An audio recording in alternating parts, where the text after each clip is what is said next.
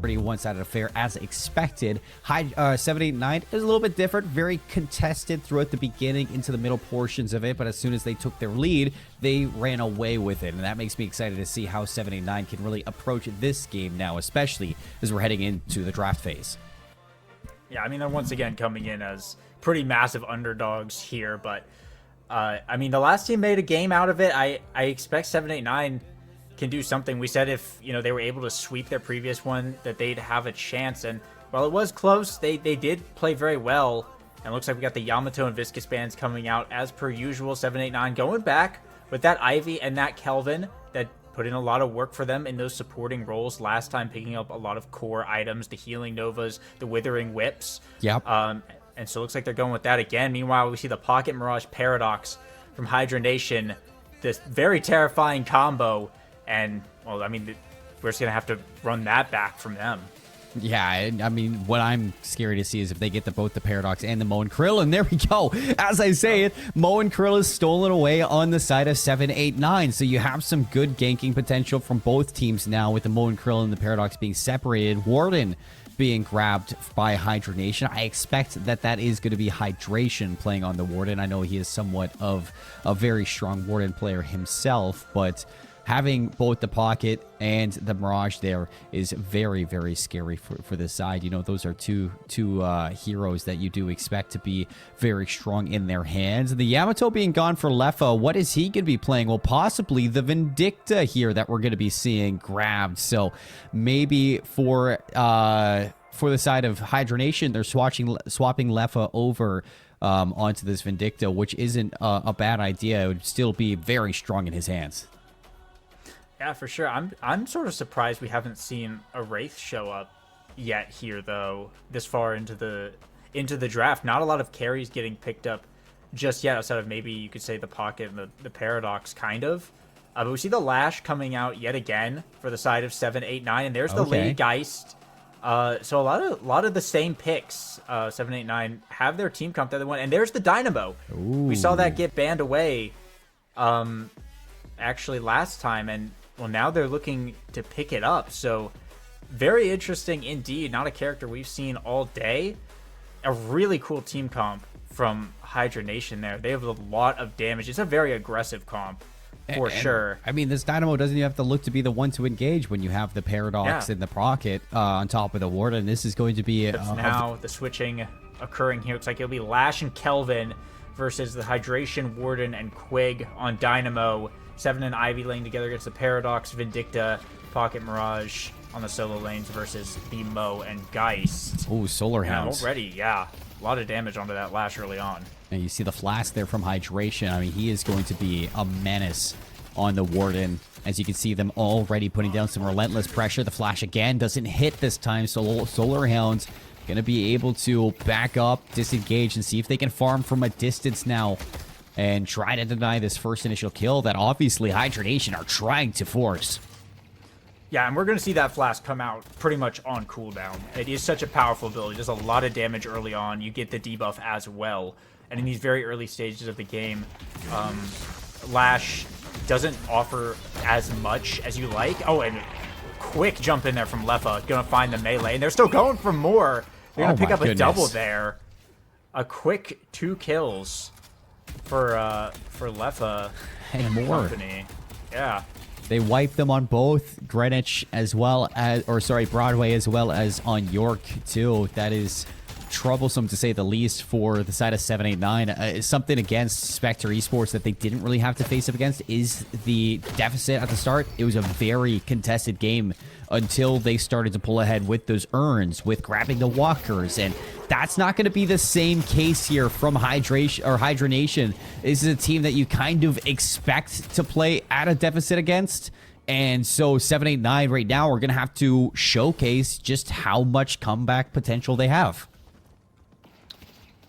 Yeah, I mean, they're definitely looking already a little bit rough very early on here. We see our 7 and Kelvin are both very, very hurt, but still need to farm. They haven't even broken a K yet. They only have that one starting item. And that's set up this laning phase to be, you know, very Hydra Nation favored, as, you know, we kind of expect to see. see our Mo and our Mirage matchup here as both sides going for it. This is one of the few lanes where it's like kind of going okay. I guess Mo's actually. Eric Pritz is quite down on farm, actually. I lied. They're doing a good job of just denying the orbs all around. And still, more kills coming out in these center lanes. Leffa and Flick getting another one, and just already 4K up 3 minutes into the game. This is looking like another Hydra Nation blowout already.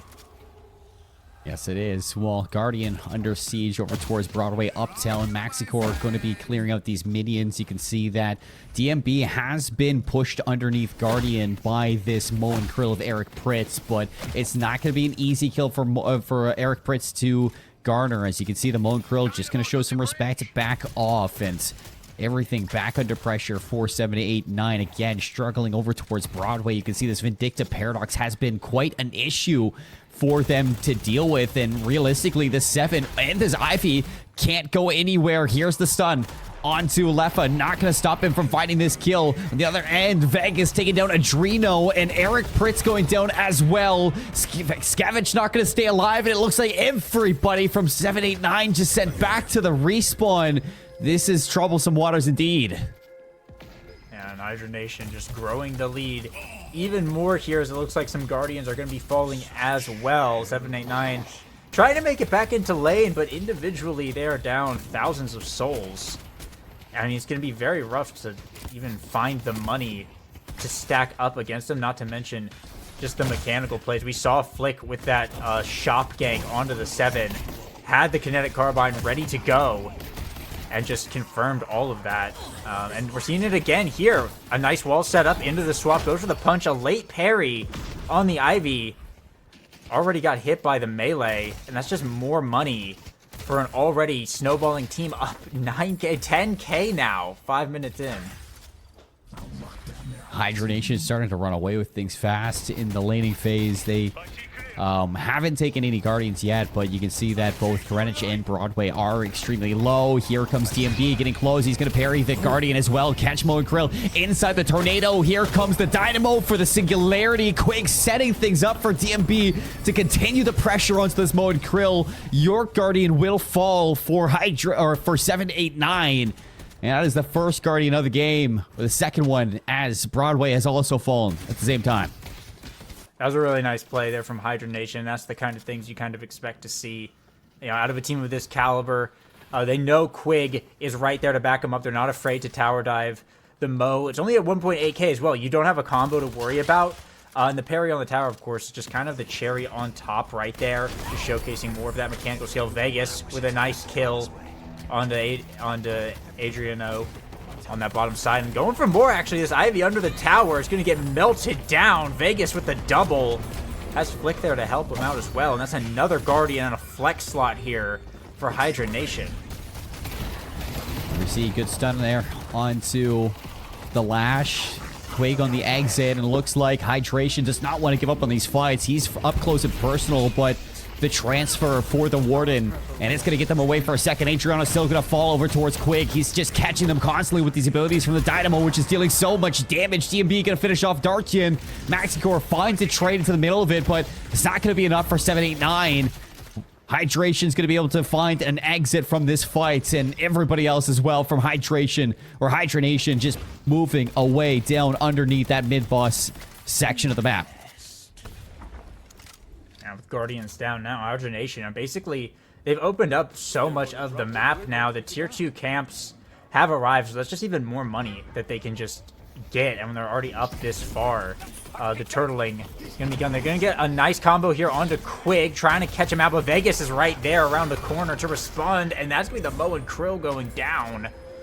Even when it looks like a winning engagement, it never really is.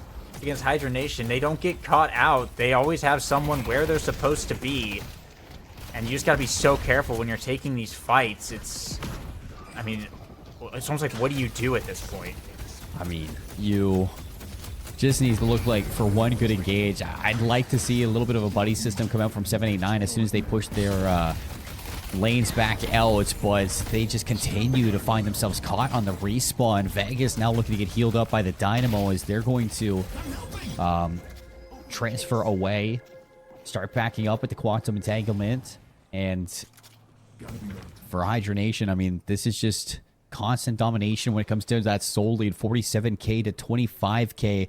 A couple members just leading into that last fight there from 79, just getting their ultimates. Now moving into that 4k section, they are extremely behind. So realistically, when you're looking at what to do, it's try not to get caught in the overextension and group up, look for somebody isolated from Hydra Nation, pounce on that opportunity, and start trying to isolate some kills around the map.